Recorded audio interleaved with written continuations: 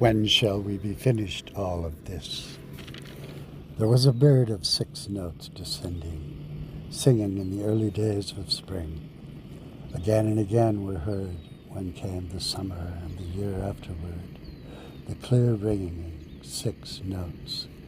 Those 6 descending notes, the same for all the changing in my own life since the last time I had heard them fall, passed me from the bright air and the morning of a bird, and I believed that what I had heard would always be there if I came again to be overtaken by that season in that place after the winter.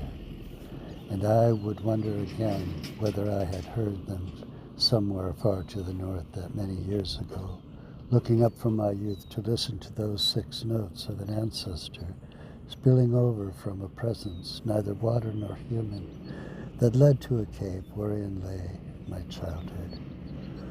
All this gone with the sweet gold-capped meadowlark, as we called that bird, that I remember singing there, those notes descending from the age of the ice dripping. My mind sped on. I have not heard again this year. Can it be gone then? Will I not hear it from now on? Will the overture begin for a time? And all those who listen feel that falling in them, but as always, without knowing what they recognize. Walter and Lloyd were 2 old men. I knew them, and I may have laughed at them a little, but I must have honored them, for they were old and they were good to me. I do not think either of them now without remembering infallibly a journey we had made along a dusty country road. The world was wide and there was gladness everywhere, with all the wonder and the warmth of the land around us snuggling, and the wayside flash of leaves. And Walter said the day was glorious. Yet they tired, I thought, but Lloyd said the day was like a dream, and praised the Lord, and talked about the breeze. I proposed without an overture that we be seated in the shade a while, and Walter made no murmur.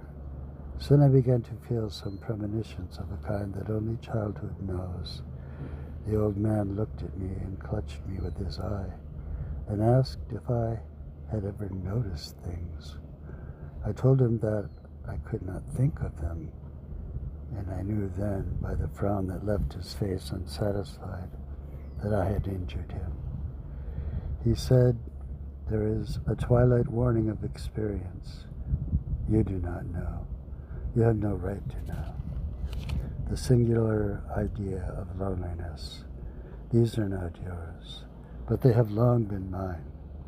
We shall come to our last hand and leave the game and go the old way down. Thick and thin, cold and fire, through these we tottered down. A time will come to find out what it means to know that you are losing what is yours. Even now I see we 3 upon that dusty road. I walked many more alone, with dry memory of something in my throat that would not move. When shall we, Lord, be finished all of this? We have not been properly able to talk to you as to those old men. What anciency is there in all the lives of earth?